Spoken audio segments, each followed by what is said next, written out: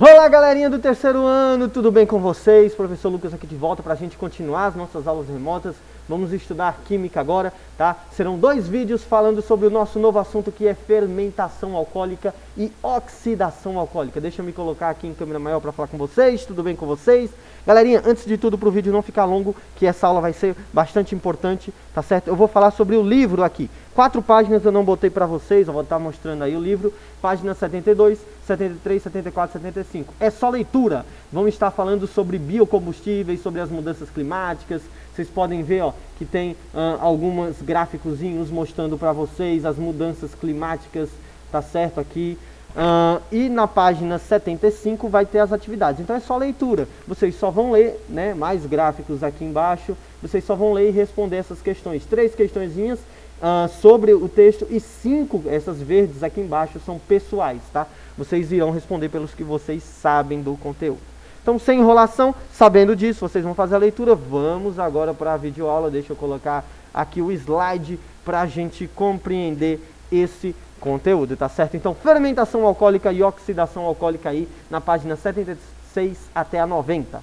Vamos começar só falando sobre a fermentação alcoólica nesse primeiro vídeo, e no segundo vídeo a gente vai ver a oxidação. É importante saber que, para entender a fermentação alcoólica, vocês têm que entender tudo sobre os hidrocarbonetos, que foram os outros vídeos que a gente gravou. A gente sabe que as moléculas formadas por hidrogênio e carbono formam os hidrocarbonetos, e a terminação, como se escreve o nome deles, é com O, né? Porque é hidrocarboneto. A gente vai aprender outras funções aqui e outros sufixos, né? O sufixo ol, o sufixo al, o sufixo ona. A gente vai aprender outros sufixos como outras funções também. A função álcool, a função cetona, a função aldeído, a função fenol, a função éter, a função ácido carboxílico e a função éster. A gente vai estar vendo todas essas funções a partir de agora. Mas para começar, a gente vai entender o que é a fermentação alcoólica. Vamos estudar os álcools, vamos estudar sim bebidas, tá certo? Então, para a gente começar, vamos entender o que é fermentação alcoólica e quais foram as hipóteses da origem da fermentação alcoólica, tá certo? Primeiro de tudo, antes de eu falar das origens, vocês sabem o que é um fermento de pão, né? Que é aquele fermento que a gente compra no mercado. O que tem dentro daquele fermento? Aquele fermento, ele está cheio de enzimas, ele está cheio de micro-organismos que estão lá dentro, e eles vão produzir aquilo que a gente deseja. A gente vai entender isso na fermentação alcoólica. São mini seres vivozinhos ali pequenininhos que eles vão entrar em contato, né, com os açúcares das coisas e vão produzir aquilo que a gente necessita. Então vamos entender as origens, tá, da fermentação alcoólica.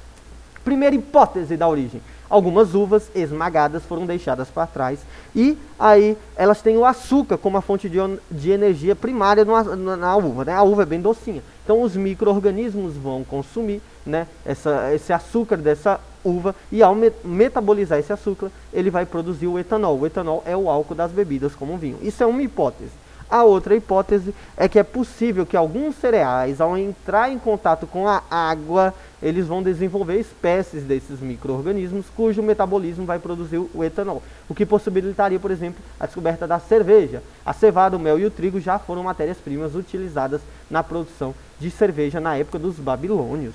Olha lá. Hoje em dia a gente já sabe que, por exemplo, na produção da cerveja, uma enzima que eu estava falando, né, chamada amilase, ela vai participar da transformação do amido, que é uma macromolécula. A gente já explicou, vocês já aprenderam isso nos outros vídeos, o que é uma macromolécula, tá? Do amido dos cereais em açúcar maltado ou maltose, que é uma molécula menor, não seja a ser uma macromolécula, tá? Na presença de água.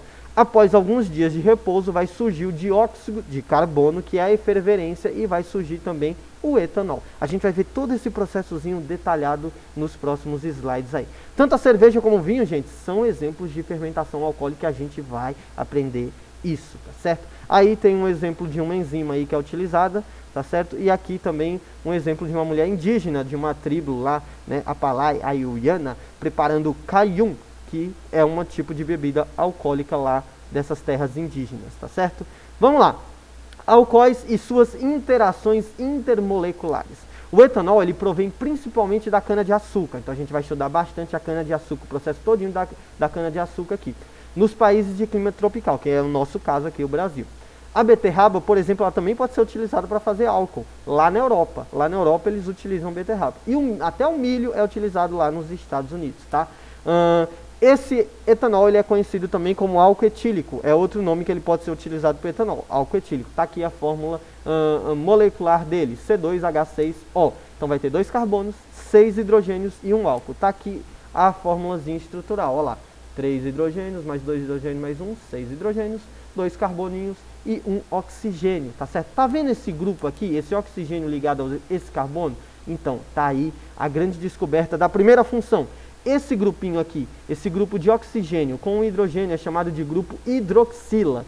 Todas as substâncias classificadas como álcool, eles vão conter pelo menos um grupo ligado a um átomo de carbono saturado. Então, sempre que tiver um oxigênio ligado a um carbono, esse grupo vai ser chamado de álcool, tá certo? O que que muda? Um álcool, a terminação vai ser ol no finalzinho. Em vez de ser só O, você vai colocar ol no finalzinho, tá certo? Por isso que é etanol. Etanol, et tem 2 carbonos, tá? An, que é só ligações simples, e ol, porque ele tem um grupo hidroxila, e ele tem um oxigênio. Então ele é um álcool, é etanol, não é etano. O etano seria se não tivesse, né? Se não tivesse esse oxigênio aqui. Só isso aqui seria um etano. Como tem um oxigênio, é um etanol. Perceberam? Estão começando a entender o que é o grupo hidroxila? Então vamos lá. Aqui tem alguns exemplos da miscigenização, tá? Que se eles são miscíveis em água, se eles se diluem em algo, tá? De algumas substâncias que são álcools. Por exemplo, metanol. Olha o metanol aqui, ó. Met porque só tem um carbono, an porque só é ligação simples, ol porque tem oxigênio. Então todos vão ser terminados em ol agora, ó. Etanol, propan-1-ol, butan-1-ol, pentanol, hexanol. Tudo vai ser só por causa de um. E aqui tem um pouco da solubilidade deles em água. O metanol, o etanol e o propan-1-ol, todos são muito solúveis em água. Todos são muito solúveis em água, né? Agora, quanto mais a molécula vai subindo, quanto mais carbonos tiver na molécula, aí já fica mais difícil de ser solúvel. Por que que isso acontece? Porque quanto mais carbono, menos solúvel. Quanto mais for concreto, o carbono é concreto. O oxigênio, ele misturado ali com água, ele se mistura mais. Então, quanto maior for a molécula, mais difícil vai ser misturar ela com água. Isso a gente vai estar vendo nesses próximos slides aqui, ó. Uma hipótese para a diminuição da solubilidade em água parte da análise de 2 grupos que compõem a molécula de um monoálcool, que é o grupo alquila, que são os hidrocarbonetos, e o grupo hidroxila. Então, o hidroxila a gente já sabe que é o que tem o oxigênio. Então, para a gente aprender outro grupo aqui, que é o grupo alquila. O grupo alquila é simplesmente hidrocarbonetos. Se só tem hidrogênio e carbono, a gente vai chamar de grupo alquila. Então, grupo alquila, grupo hidroxila. Se tem um grupo hidroxila junto com o grupo alquila, a gente dá a função álcool. Se só tiver o grupo alquila, é hidrocarboneto, tá certo? Então, aqui tem mais uma imagem de uma moléculazinha na página 78 de vocês, tá certo? Para mostrar a solubilidade do hidrogênio é positiva e a do oxigênio é negativa. Com isso, atrações intermoleculares físicas, você já entende. Então, é esses grupos de oxigênio que vão fazer essas moléculas se misturarem e conseguirem ser solúveis. Já os carbonos ficam prendendo mais esse álcool, tá certo? Aqui, para a gente também entender uma outra função, a gente aprendeu a função álcool, né, que é junto com o grupo hidroxila, tá aqui, ó, função álcool ligada a um carbono, grupo hidroxila, função álcool. A função fenol agora para vocês entenderem. Fenol é quando tiver um grupo hidroxila ligado a um anel benzeno. Então, se esse grupo hidroxila tiver ligado a um anel benzeno, a gente chama ele de função fenol. Porém, a função fenol é igual ao álcool, fica ol também no final. É só você usar o ol. Só que é outra função, tá certo? É a função fenol. Então, isso mostra que essa molécula aqui também, ela tem 2 funções, tá certo? A adrenalina, ela tem 2 funções. Tem a função álcool e a função fenol, tá certo? Tem um grupo hidroxila aqui, função álcool, e o grupo hidroxila no anel benzênico, função fenol, tá certo? Vamos seguindo. Produção do etanol da cana-de-açúcar. Agora vamos começar a entender mais o processo de produção. Primeiro processo, a gente vai colher, né? Nos engenhos de açúcar. A partir de 1532, na vila de São Vicente, São Paulo, foi quando surgiram, tá certo? Esses primeiros engenhos de açúcar. Primeiro lugar, desde 1500 o Brasil é o maior produtor de açúcar do mundo. Pernambuco é o maior do país, responsável por 20% da produção mundial. Os canaviais. A cana passa pela fase de crescimento e maturação, aumento do seu conteúdo de açúcar, ela vai crescendo, vai maturando, vai criando mais açúcar, e com teor acima ou igual a 13% da sacarose, que é o açúcar puro, né, da massa do caule da planta, então é possível realizar a colheita de modo que vai ter lucro, né. A sacarose ela é mais conhecida como açúcar de mesa, né? A sacarose é o açúcar puro, né, que a gente conhece. Colheita, amadurecida e cortada, lavada, moída e filtrada na usina. Então vai ter que amadurecer, vai ter que cortar, vai ter que lavar, vai ter que moer e vai ter que filtrar. Tá? Depois de fazer tudo isso com a cana de açúcar, vai sobrar o bagaço. O bagaço é o resíduo sólido, é os restos vegetais, como as cascas, as folhas. A gente vai ver o que faz com o bagaço também mais pra frente. A garapa, todo mundo conhece a garapa, né? O conhecido caldo de cana, que é aquele que a gente toma. Vamos entender ele também. O melado é aquela outra partezinha também, que é só o melado da cana, tirado. Ele vai aquecer, né, a garapa e vai retirar a água dela, vai formar um líquido mais viscoso, com alto teor de açúcar, 40%. Então, quando tiver a garapa, se você aquecer a garapa, você vai tirar mais da água dela, ela vai ficar só o açúcar puro. Vai ficar só o oxigênio puro ali misturado com hidrogênio, vai tirar mais água dela, tá certo? E o etanol, se continuar aquecendo até formar uma massa de açúcar que será secado, vai virar o etanol. Aqui eu resumi, mas a gente vai começar a ver direitinho, tá? Todo esse processo do etanol que a gente vai produzir através da fermentação alcoólica. Tá aqui a nossa cana de açúcar lá plantada e tá aqui o nosso caldo de cana que a gente bebe. Pronto, essa imagem aqui ela resume bem, ó. Por exemplo, tem a cana de açúcar, tá certo? A gente vai moer e vai filtrar, aí vai formar a garapa que a gente bebe, né?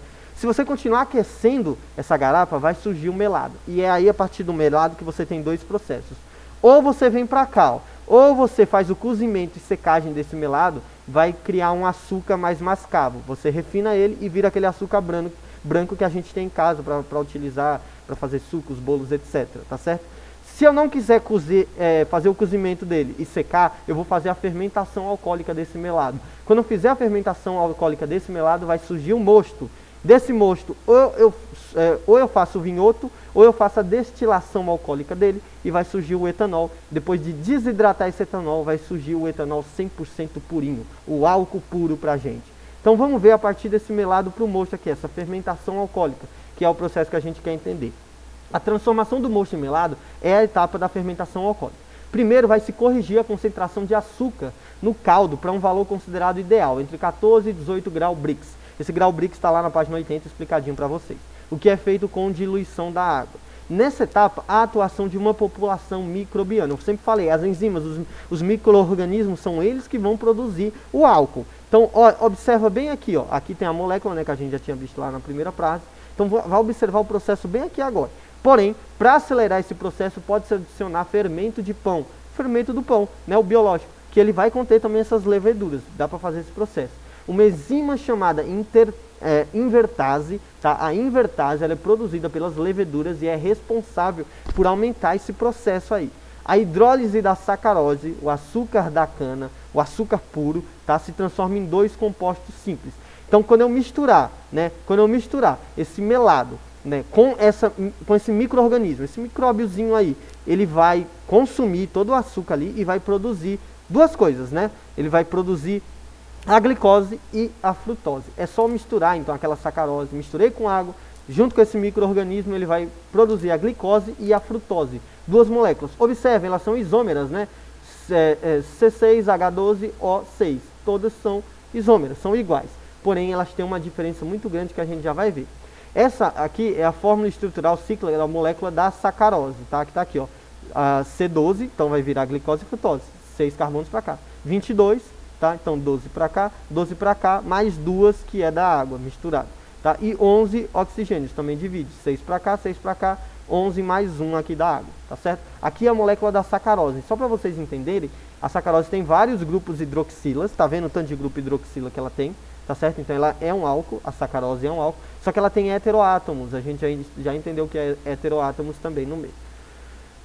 Os grupos de hidroxila ligadas a um carbono saturado caracterizam a função álcool, isso a gente já entendeu. A sacarose ela é classificada como um poliálcool, porque ela tem muitos álcools, certo? Os átomos de oxigênio de forma heteroátomos, eles vão dar origem ao éter, a gente já aprendeu isso também, né? Um heteroátomo entre os carbonos, ele é um éter.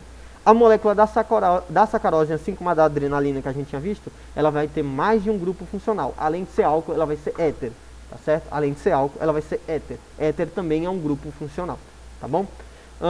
Vamos aqui, ó. Em soluções aquosas, açúcares como a glicose e a frutose estão predominantemente na forma cíclica.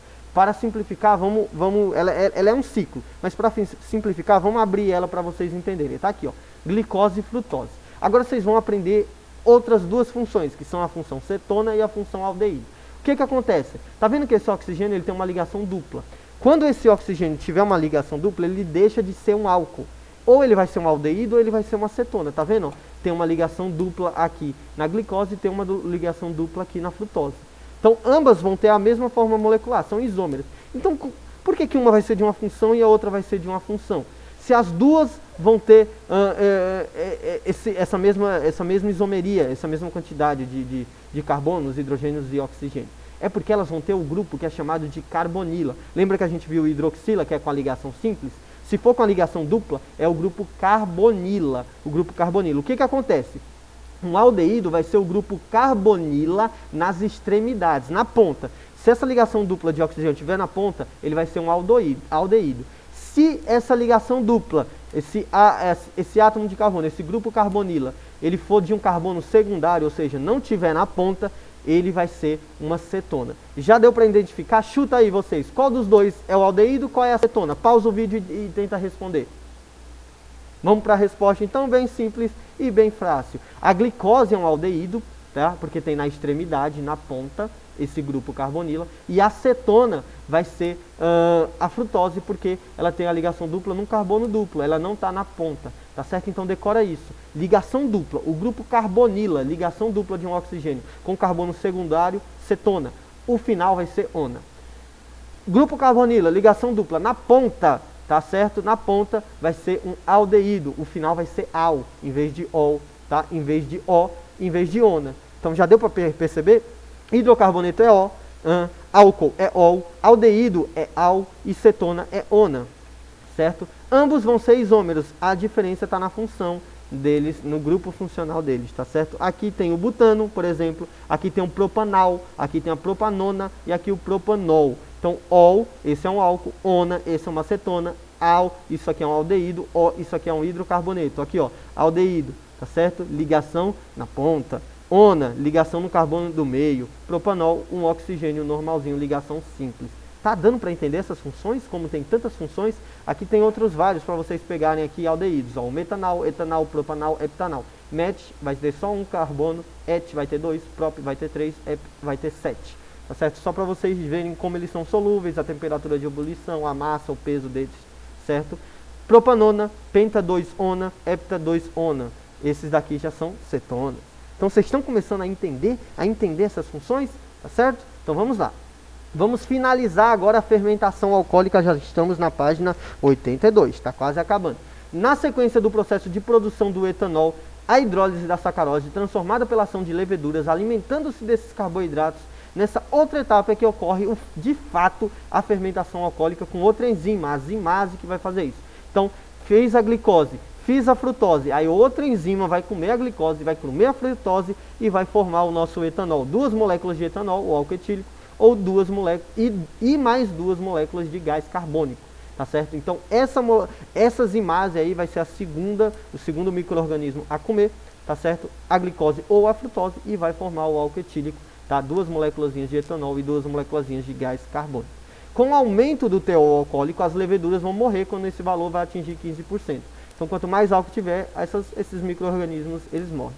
Para aumentar o teor de etanol na mistura, ele vai fazer a destilação do mosto fermentado. Para cada litro de etanol obtido, são formados de 10 a 12 litros de resíduo, que vai ser chamado de vinhoto ou avinhaço. Grande parte é reutilizado como fertilizante. O vinhoto fornece água e nutrientes para o solo, tá certo? Então, tudo da cana-de-açúcar é aproveitado.